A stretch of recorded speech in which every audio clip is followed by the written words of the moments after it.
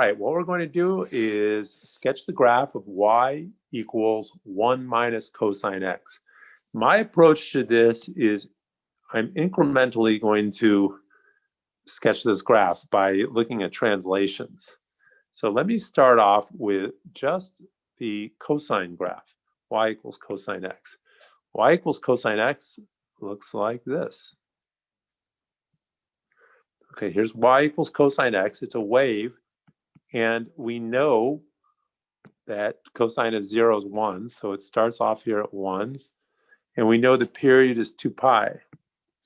Now, the period is 2 pi. I divide that by 4 to get my so-called quarter period, and I get pi over 2. So here's pi over 2. Then I add another pi over 2, and I get 2 halves pi, which is pi. And then add another pi to 2 and get 3 halves pi. But another way to get this point pi is just, it's the midpoint between 0 and 2 pi. So it's half of 2 pi is pi. So that's y equals cosine x. And we should also label it goes down to -1. Now, my next thing I'm going to do is put a negative in front of this. Let's pop a negative in front of this. Let's put a negative in front of this. What happens when you put a negative in front of a function? What does that do to the graph? Well, it reflects it about the x-axis. So now it looks like this.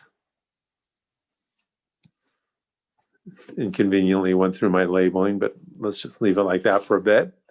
All right, so that's y equals 1 minus, or that's y equals negative cosine x. Are there any questions about that?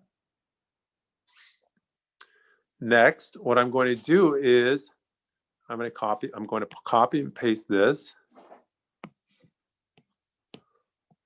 And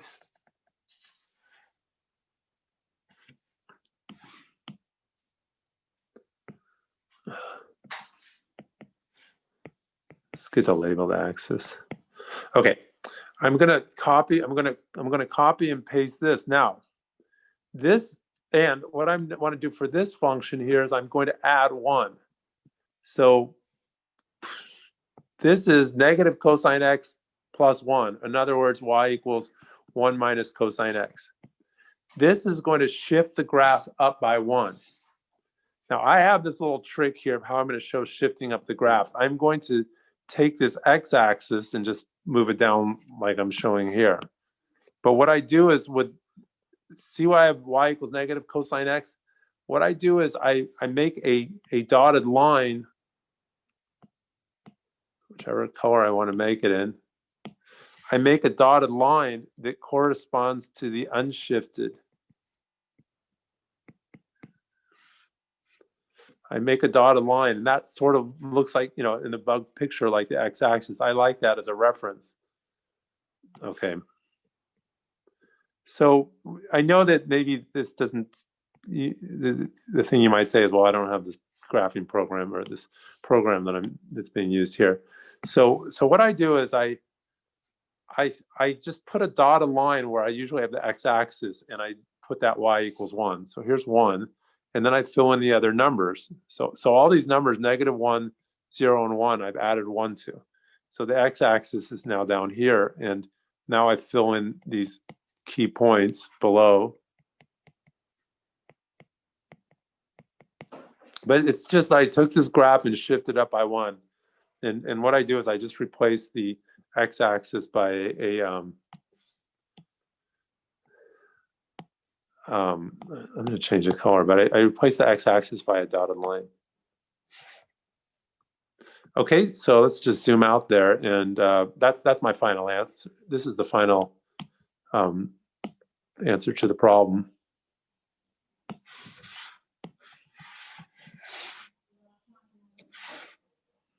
So, oops, I didn't want to do that. Are there any questions about that problem?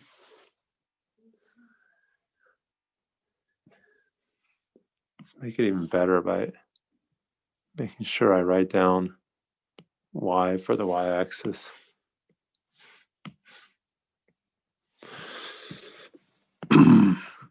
Okay, so that finishes that video.